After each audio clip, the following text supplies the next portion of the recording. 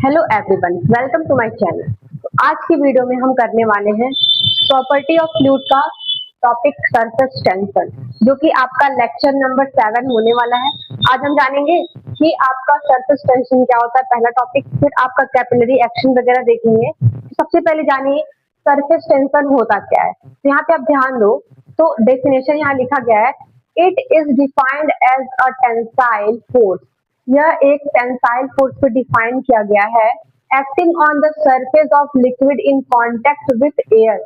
जो इसके सरफेस पे लिक्विड होता है वो किसके कांटेक्ट में, एयर के कांटेक्ट में, और बिटवीन टू इनमिजिबल लिक्विड। मतलब इनमिजिबल मतलब कि हम जिस लिक्विड को जिसे कि मिला नहीं सकते हैं, जैसे वाटर मरकरी हो गया, वो मिल नहीं सकता है, तो वहां पर भी आपका टेंशन सरफेस टेंशन फोर्स लगता है। देखो नाम से लग रहा है ना, सरफेस टेंशन मतलब सरफेस पे टेंशन, नाम पे लग रहा है ना कि सरफेस है कोई, उस पे टेंशन, तो ये ऐसा ही है कुछ।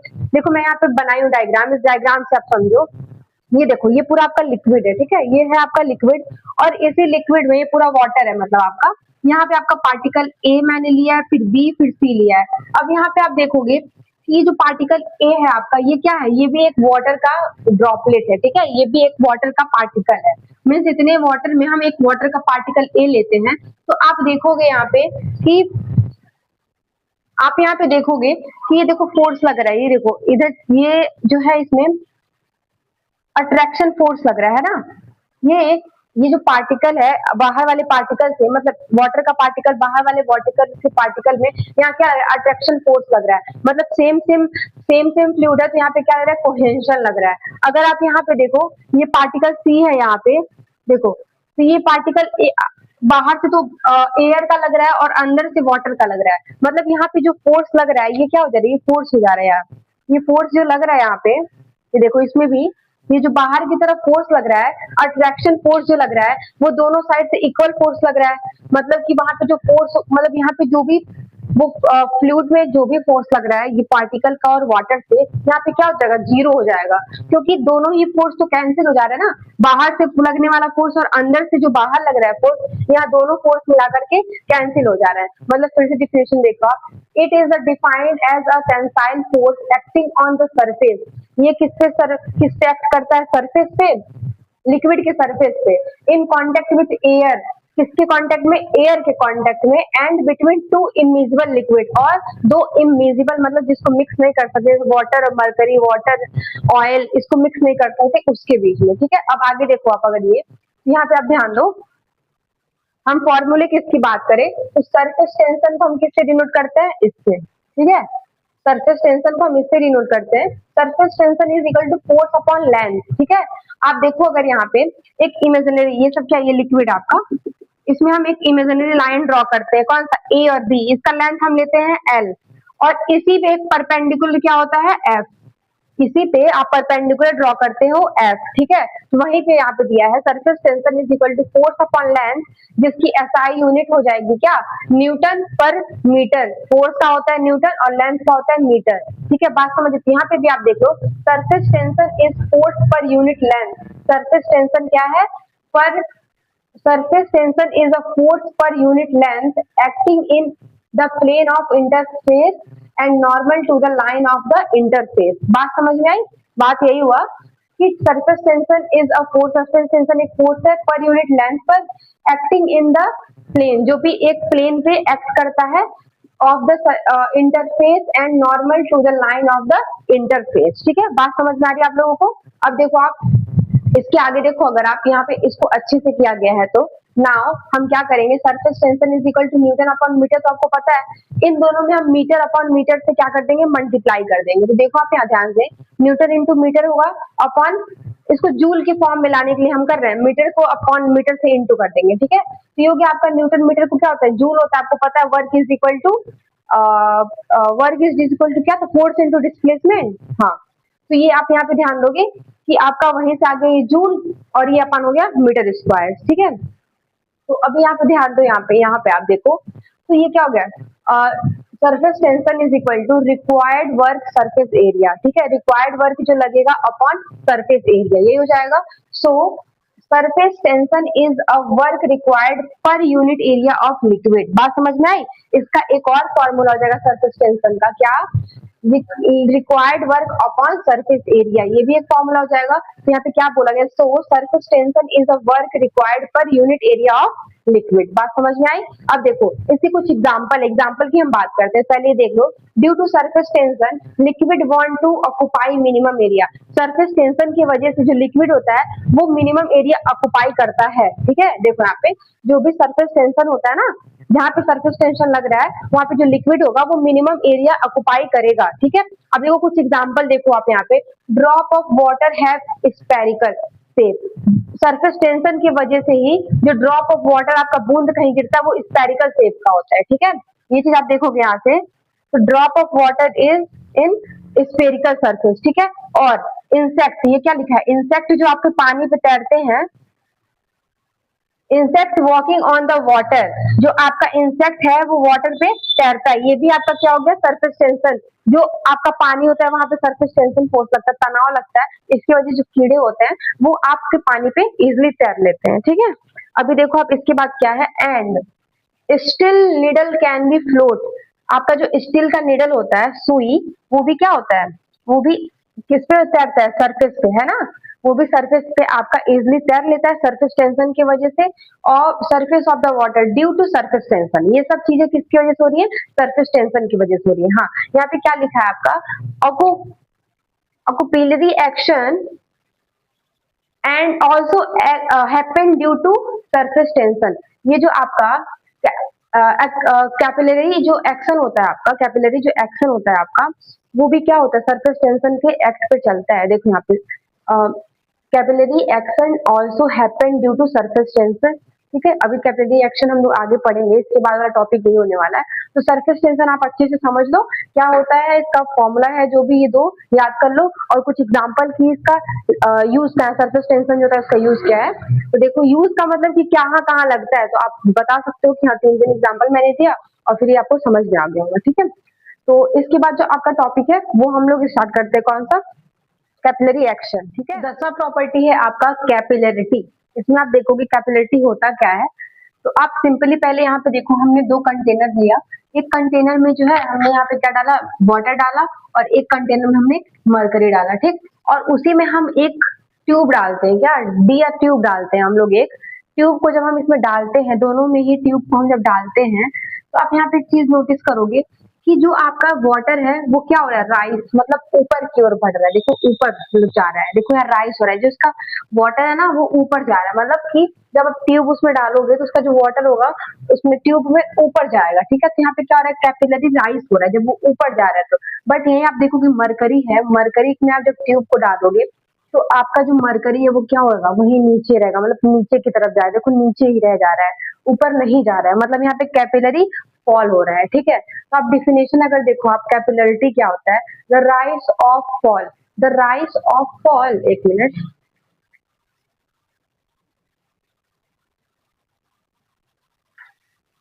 द राइज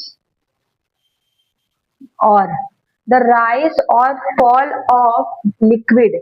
देखो बढ़ना, राइज मतलब बढ़ना और फॉल मतलब घटना। द राइज और fall of liquid when small diya tube is immersed in it, the is called capillarity। बात ये कह रहा है कि जब आप ट्यूब को डालते हो पानी में, और वहां पे उसका पानी में या मरकरी में उसका बढ़ाव और चढ़ाव ही आपका कैपिलरिटी कहलाता है। ठीक है, अब देखो आप यहाँ पे नोट देखो कि आपका सरफेस टेंशन ऑफ लिक्विड, ये होगा सरफेस टेंशन ऑफ लिक्विड। जो सरफेस टेंशन ऑफ लिक्विड होता है वो आपका रीजन होता है कैपिलरिटी का। ठीक है, जो आपका surface tension of liquid is a reason of capillarity. ठीक है, अब देखो कैपिलरी राइज, कैपिलरी राइज क्या है आपका? कैपिलरी राइज आपने, मैंने यहाँ बताया 2 चीज इसमें होगा, एक राइज होगा एक फॉल होगा। तो मैंने यहाँ बताया आपको कैपिलरी राइज, ठीक है, मतलब बढ़ना, बढ़ाव। तो कैपिलरी राइज क्या होगा आपका? कब होगा आपका capillary rise? Capillary rise is due to when, कब होगा? जब आपका अडेसिव फोर्स कोहेसिव फोर्स से ज्यादा होगा। एडहेसिव फोर्स जो है आपका कोहेसिव फोर्स से ज्यादा होगा, यहाँ पे आपका होगा कैपिलरी राइज। ठीक है, अगर आप इसमें देखो कैपिलरी फॉल में क्या होगा, capillary fall is due to when, capillary fall आपका कब कब होगा, फॉल कब करेगा वो, जब आपका कोहेसिव फोर्स ज्यादा होगा एडहेसिव फोर्स से। मैंने कोहेसिव और एडहेसिव इसमें बता रखा प्रॉपर्टी है, आप जाके देखिएगा क्या होता है। तो ये चीज यहाँ पे मैटर करता है कि आपका कैपिलरी राइज कब होगा, जब आपका एडहेसिव फोर्स ज्यादा होगा कोहेसिव फोर्स से। हालांकि जो यहाँ पे होता है आपका मरकरी में, उसमें कोहेसिव फोर्स बहुत ज्यादा लगता है। ठीक है, इसकी वजह से वो क्या होता है, फॉल हो जाता है। ठीक है, तो मतलब वहाँ पे फॉल होता है, कोहेसिव फोर्स उसमें मरकरी के बीच में ज्यादा लगता है। देखो यहाँ पे समझ में आया, कैपिलरी राइज में एडहेसिव फोर्स ज्यादा हुआ कोहेसिव फोर्स फोर्स से, और इसमें फॉल वाले में आपका कोहेसिव फोर्स होगा ज्यादा एडहेसिव फोर्स। ठीक है, तो इसमें यही था, ये समझ में आ गया होगा। फिर अगला प्रॉपर्टी है आपका, उसके तरफ हम आगे बढ़ते हैं। ठीक है,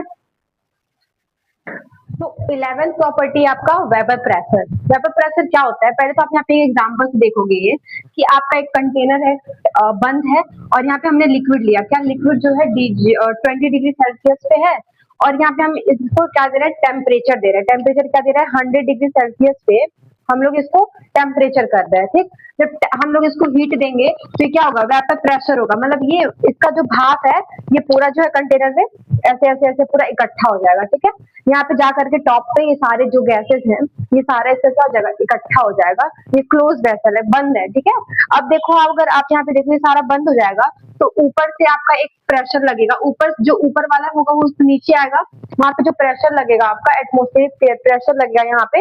तो देखो यहाँ से आपका प्रेशर लगेगा तो ये चीज आपका वापस आ जाएगा उसी में, मतलब वो जो आपका गैस है फिर वापस भी आएगा क्योंकि क्लोज है। ठीक है, बात समझ में आ रही है। तो वही जो आपका यहाँ से प्रेशर लगेगा उसी को हम क्या कहेंगे, वेपर प्रेशर कहेंगे। ओके, जैसे हम डिस्टिनेशन पढ़ते हैं, यहाँ पे देखो अगर आप, vapour pressure is a pressure exerted by the vapor on a liquid। आपका वेपर प्रेशर क्या है, एक प्रेशर है जो कि लिक्विड से exerted होता है। ठीक है, अभी देखो consider water at 20 degree Celsius. Consider करते हैं कि वाटर जो है आपका 20 डिग्री सेल्सियस है, and atmospheric pressure in a close vessel. और इस क्लोज वेसल में क्या है, एटमॉस्फेरिक प्रेशर है। It will vaporized at 100 degree Celsius, और ये वेपराइज हो रहा है किस पे, 100 डिग्री सेल्सियस पे। अभी देखो आप आगे, व्हेन वेपराइजिंग अकर द मॉलिक्यूल्स, क्या when vaporizing occur the molecules escape from the free surface and get accumulated in the free space between the liquid surface and top of the vessel। ये देखो जब वो वेपराइज हो रहा है तो क्या हो रहा है, जो वेपराइज हो रहा है उसका जो गैस है वो क्या हो रहा है, एक्यूमुलेटेड, मतलब एक जगह पे इकट्ठा हो रहा है, और इकट्ठा हो रहा है जो फ्री स्पेस में इकट्ठा हो रहा है between liquid surface and top of the vessel. Liquid surface के और टॉप ऑफ द वेसल्स के बीच में जो है इकट्ठा हो रहा है, एक्यूमुलेट हो रहा है। ठीक है, अभी देखो this accumulated vapor exert of pressure on the liquid surface which is called vapor pressure। और वही जो आपका accumulate हो रहा है और आपको एक प्रेशर exert कर रहा है उसी को हम लोग कहते हैं क्या, वेपर प्रेशर। ठीक है, तो वेपर प्रेशर बहुत ही इजी था, ज्यादा कुछ नहीं इसमें लगना है दिमाग। तो फिर ये हो गया आपका वेपर प्रेशर। इसके बाद आपका एक और प्रॉपर्टी बचा हुआ उसको देख लेते हैं, तो फिर आपका जितना भी प्रॉपर्टी था ये खत्म हो जाएगा। तो टाइप ऑफ फ्लूइड है उसको हम लोग नेक्स्ट वीडियो में करेंगे। ठीक है, इसको मैं इरेज करती हूँ। तो आपका सबसे लास्ट प्रॉपर्टी है क्या, कॉम्प्रेसिबिलिटी एंड बल्क मॉडुलस। ठीक है, ये है आपका 12th सबसे लास्ट प्रॉपर्टी ऑफ फ्लूइड का लास्ट प्रॉपर्टी है कॉम्प्रेसिबिलिटी एंड बल्क मॉडुलस। होता क्या है, देखो कॉम्प्रेसिबिलिटी जिसको हम बीटा से डिनोट करते हैं is a reciprocal of modulus. क्या, बल्क मॉडुलस के ये कॉम्प्रेसिबिलिटी जो है क्या होता है, रेसिप्रोकल होता है। तो देखो इसको बीटा से डिनोट करते हैं, इज इक्वल टू 1/k हो जाएगा। बल्क मॉडुलस के equal to change in pressure upon volumetric pressure हो गया। आप पहले इसको देखो, इस पहले यहाँ पे देखो, आपको देखो कंटेनर लेते हो उसमें फ्लूइड रहता है, आप ऊपर से प्रेशर लगाते हो।